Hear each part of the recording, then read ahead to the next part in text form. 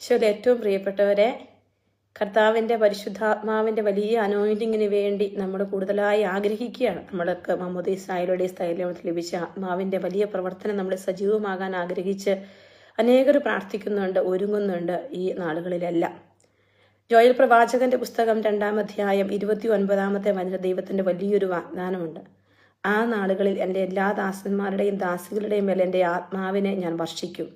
പ്രിയപ്പെട്ടവരെ, നമ്മളിലും നമ്മുടെ ചുറ്റുപാടുകളിലുമെല്ലാം ദൈവത്തിൻ്റെ ആത്മാവിൻ്റെ വലിയ പ്രവർത്തനം കാണാൻ നമുക്ക് സാധിച്ചിരുന്നെങ്കിൽ, സാവൂൾ അഭിഷിക്തനായി മലമുകളിലോട്ട് കയറി ചെല്ലുമ്പോൾ അവിടെ പ്രവാചക ഗണം ഒരുമിച്ച് ദൈവത്തെ പാടി സ്തുതിക്കുന്നതും പ്രവചിക്കുന്നതും കാണുമ്പോൾ ആ കൂട്ടത്തോടൊപ്പം ചേരുന്ന സാവൂളും പ്രവചിച്ചു എന്നാണ് വചനത്തിൽ എഴുതി വെച്ചിരിക്കുക.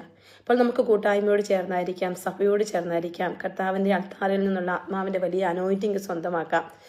ഈ നാളുകളിൽ കർത്താവെ, നിന്റെ പരിശുദ്ധാത്മാവിനാൽ എൻ്റെ ചിന്തകളെ, വാക്കുകളെ, പ്രവൃത്തികളെ നിയന്ത്രിക്കണമെന്ന് പ്രാർത്ഥിക്കാം. ദൈവം ജോയൽ പ്രവാചകനിലൂടെ നമുക്ക് നൽകിയിരിക്കുന്ന വാഗ്ദാനം നമ്മുടെ ജീവിതത്തിൽ കൂടുതൽ പൂർത്തിയാക്കപ്പെടുവാൻ നമുക്ക് പ്രാർത്ഥിക്കാം.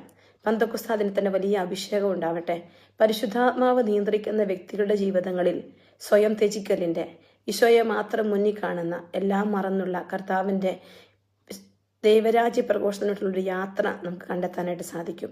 നമ്മുടെ ഒരു വലിയ തീഷ്ണത, ആത്മീയ ചൈതന്യം ഈ നാളുകളിൽ കർത്താവിൻ്റെ പരിശുദ്ധാത്മാവ് നൽകട്ടെ. പരിശുദ്ധാത്മാവെ, ഞങ്ങളിൽ വന്ന് നിറയണമേ.